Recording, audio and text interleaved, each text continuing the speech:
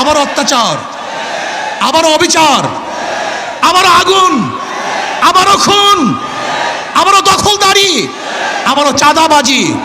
না, এই কারণেই আবু সাইদ রক্ত দেয় নাই, এই কারণেই মুগ্ধ রক্ত দেয় নাই, এই কারণে আমাদের হাজারো সংগঠনের ছেলেরা জীবন দেয় নাই, এই কারণে এদেশের মানুষ পঙ্গু হয় নাই, এই কারণে এদেশের মানুষ রাস্তায় ঝাঁপিয়ে পড়ে নাই। আমরা আগুন সন্ত্রাস বন্ধ করতে চাই, আমরা জুলুম বন্ধ করতে চাই। একটা চিহ্নিত মহল সুযোগ সন্ধানী, তারা আবারও সমস্ত ঘাটগুলিকে দখলে নিয়েছে, সমস্ত প্রতিষ্ঠানগুলিকে দখলে নিয়েছে। আজকে কে আমির, কে মামুর, কে সাদা, কে কালো, কে কুরাইশ, কে নন কুরাইশ, কে গোলাম, কে মালিক, এর কোনো ভেদাভেদ থাকবে না। সবাই আশরাফুল মাখলুকাত মানুষ, সবার অধিকার সমান থাকবে। কে দল করে, কে দল করে না, কি আমার দল করে, কি অন্য দল করে, কে কালো আর কে সুন্দর, কে বড়লোক, কে গরিব, কে শিক্ষিত, কে মূর্খ, না, এরকম ভেদাভেদ আমরা চাই না। কে মুসলমান, কে হিন্দু, কে খ্রিস্টান, এই ধর্মীয় বৈষম্যতা আমরা চাই না। এদেশের প্রত্যেকটা নাগরিকের অধিকার সমান থাকবে। আমরা সবাই বাংলাদেশি, আমরা সবাই বাংলাদেশের নাগরিক। আজকে যে ভূখণ্ডে দাঁড়িয়ে আছেন, এই ভূখণ্ড কিন্তু একবার স্বাধীন হয় নাই। একবার আমরা ব্রিটিশদের বিরুদ্ধে আন্দোলন করেছিলাম স্বাধীনতার জন্য। সেই আন্দোলনের দাবি কি ছিল? ন্যায্য অধিকার। ব্রিটিশ মুসলমানদের বিরুদ্ধে, এদেশের মানুষের বিরুদ্ধে জুলুম অত্যাচারের স্টিমুলার চালিয়েছিল। এই জুলুম থেকে বাঁচার জন্য মানুষ ব্রিটিশদের বিরুদ্ধে আন্দোলন করেছিল, জীবন দিয়েছিল।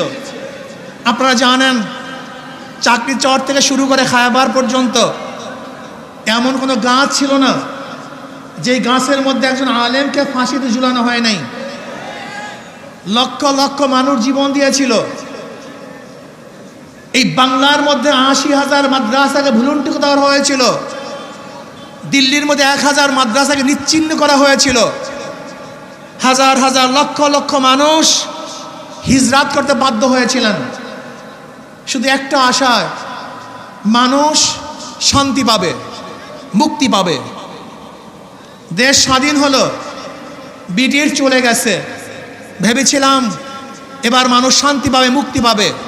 কিন্তু না, আমরা দেখলাম মুসলমানদের বিরুদ্ধে ওরা আবারও ষড়যন্ত্র শুরু করেছে। মুসলমানদের অধিকার প্রতিষ্ঠিত হচ্ছে না, মুসলমান অধিকার পাচ্ছে না। আবার মুসলিম লীগের নেতৃত্বে এদেশের মানুষ আন্দোলন করেছিল, সংগ্রাম করেছিল মুক্তি পাওয়ার জন্য, শান্তি পাওয়ার জন্য, নিরাপত্তা লাভ করার জন্য। পাকিস্তান নামীয় একটা ভূখণ্ড আমরা পেয়েছিলাম, ভেবেছিলাম আমরা শান্তি পাবো, মুক্তি পাবো। পাকিস্তানের দুইটা অংশ, পশ্চিম পাকিস্তান, পূর্ব পাকিস্তান। এই পশ্চিম এবং পূর্ব পাকিস্তানের মধ্যে ১৭০০ কিলোমিটার ডিস্টেন্সের মধ্যে একই নামে দুইটা রাষ্ট্র ভাগ হয়ে, ভারত থেকে ভাগ হওয়ার কারণটা কি ছিল?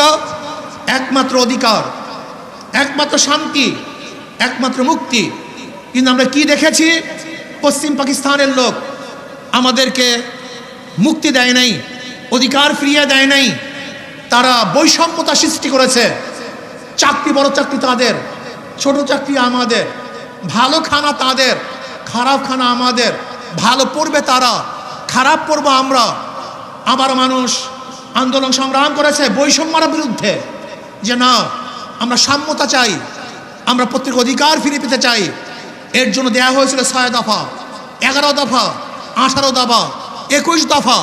মানুষের সেই দফার মধ্যে শুধু একটাই স্লোগান ছিল, আমরা মুক্তি চাই, শান্তি চাই। এই শান্তি পাওয়ার জন্য মানুষ আবারও অস্ত্র ধরেছিল, জীবন দিয়েছিল, রক্ত দিয়েছিল। মানুষ এদেশ থেকে বিদেশে পাঠাতে বাধ্য হয়েছিল শুধু একটা আশায়, মানুষ শান্তি চায়, মুক্তি চায়।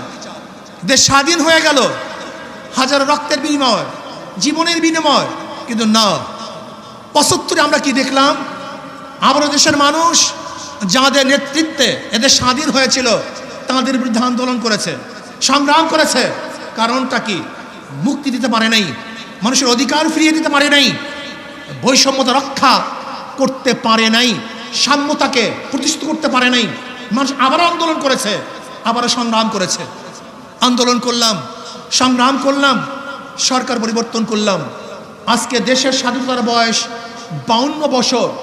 এই 52 বছরে যারা এদের শাসন করেছে তারা একজন শাসক ছিল না, সবাই শোষক ছিল। যারা 52 বছর এদের শাসন করেছে তারা জনগণের কল্যাণে কাজ করে নাই, নিজেদের দল এবং নিজের কল্যাণে কাজ করেছে। এই 52 বছর যারা শাসক ছিল তারা মানুষের অধিকার প্রতিষ্ঠিত করতে পারে নাই, বরং নিজের অধিকার প্রতিষ্ঠিত করেছে, নিজের দলের অধিকারকে প্রতিষ্ঠিত করেছে। এরপরে আবার আন্দোলন হলো, এই 24 সনে আন্দোলন হলো। আপনারা আন্দোলনে শরিক ছিলেন, মনে রাখতে হবে বৈষম্য বিরোধী আন্দোলনের ছাত্রদের প্রথম ভূমিকা ছিল। পরবর্তীতে এই আন্দোলন শুধু ছাত্র ছিল না, এদেশের আপামর জনসাধারণ, পুরুষ মহিলা, শ্রমিক, কুলি, মজদুর, তাঁতি, মাদ্রাসার ছাত্র, স্কুলের ছাত্র, কলেজের ছাত্র সহ সমস্ত মানুষ ঝাঁপিয়ে পড়েছে। আমরা মাঠে থেকে সশরীরে নেতৃত্ব দিয়েছি, এই শেখ হাসিনার জুলুমের বিরুদ্ধে আন্দোলন করেছি। আমরা আবার স্বাধীনতা পেলাম, কিন্তু আমরা কি দেখলাম? যেই কারণে মানুষ স্বাধীন করেছে দেশ, যেই কারণে মানুষ জীবন দিয়েছে, কিন্তু আমরা দেখলাম সেই স্বৈরাচার খুনি শেখ হাসিনা বিদায়ের পরে আবারও জুলুম, আবার অত্যাচার, আবারও অবিচার, আবারও আগুন, আবারও খুন, আবারও দখলদারি, আবারও চাঁদাবাজি। না, এই কারণেই আবু সাইদ রক্ত দেয় নেই, এই কারণেই মুগ্ধ রক্ত দেয় নেই, এই কারণে আমাদের হাজারো সংগঠনের ছেলেরা জীবন দেয় নাই, এই কারণে এদেশের মানুষ পঙ্গু হয় নাই, এই কারণে এদেশের মানুষ রাস্তায় ঝাঁপিয়ে পড়ে নাই। আমরা আগুন সন্ত্রাস বন্ধ করতে চাই, আমরা জুলুম বন্ধ করতে চাই। একটা চিহ্নিত মহল সুযোগ সন্ধানী তারা আবারও সমস্ত ঘাটগুলিকে দখলে নিয়েছে, সমস্ত প্রতিষ্ঠানগুলিকে দখলে নিয়েছে। না, দখলদারদেরকে আমরা আর দেখতে চাই না, খুনিদেরকে আর দেখতে চাই না, জালেমদেরকে আর দেখতে চাই না। যারা 52 বছর ক্ষমতায় বসে জুলুম অত্যাচার করেছে, দ্বিতীয়বার তাদেরকে আর ক্ষমতায় দেখতে চাই না। আমরা চাই এদেশের মানুষ মুক্তি হবে, শান্তি পাবে। এদেশের মালিক জনগণ, জনগণের সাথে সেই মালিকানা আচরণ করা হবে, জনগণের সাথে ভদ্র ব্যবহার করা হবে, জনগণকে শ্রদ্ধা করা হবে, সম্মান দেওয়া হবে।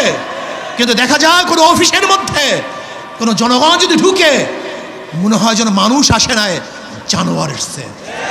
ওরা জানোয়ারকে যেইভাবে স্নেহ করে, একটা কুকুরকে ওদের বিছানায় উঠায়, একটা কুকুরকে আদর করে, একটা কুকুর করে নিজের হাতে খাওয়িয়ে দেয়, আর মানুষ রূপে আশরাফুল মাখলুকাতের প্রতি ওদের কোনো শ্রদ্ধা নাই, সম্মান নাই, স্নেহ নাই, মমতা নাই, ভালোবাসা নয়। এর কারণে এদের স্বাধীন হয় নাই। জনাবে মুহাম্মদ রাসূলুল্লাহ সাল্লাল্লাহু আলাইহি ওয়াসাল্লাম যেরকম ফতে মক্কার দিন ঘোষণা দিয়েছিলেন, আজকে কে আমির, কে মামুর, কে সাদা, কে কালো, কে কুরাইশ, কে নন কুরাইশ, কে গোলাম, কে মালিক, এর কোনো ভেদাভেদ থাকবে না। সবাই আশরাফুল মাখলুকাত মানুষ, সবার অধিকার সমান থাকবে। কে দল করে, কে দল করে না, কি আমার দল করে, কি অন্য দল করে, কে কালো আর কে সুন্দর, কে বড়লোক, কে গরিব, কে শিক্ষিত, কে মূর্খ, না, এরকম ভেদাভেদ আমরা চাই না। কে মুসলমান, কে হিন্দু, কে খ্রিস্টান, এই ধর্মীয় বৈষম্যতা আমরা চাই না। এদেশের প্রত্যেকটা নাগরিকের অধিকার সমান থাকবে। আমরা সবাই বাংলাদেশি, আমরা সবাই বাংলাদেশের নাগরিক। আর সাম্যতা এবং জুলুম নির্যাতনের ব্যাপারে একমাত্র গ্রান্টি দিতে পারে ইসলাম। ইসলামের বাহিরে কোনো নীতি আদর্শ সাম্যতা স্থাপন করতে পারে না, মানুষের অধিকারকে ফিরিয়ে দিতে পারে না। কাজে আসুন, আমাদের কর্ম শেষ নয়, আমাদের কর্ম এখনো অনেক বাকি আছে। সমস্ত মানুষের দাঁড়ে দাঁড়ে যেতে হবে, মানুষের সেবায় আমাদের আত্মাকে উৎসর্গ করতে হবে।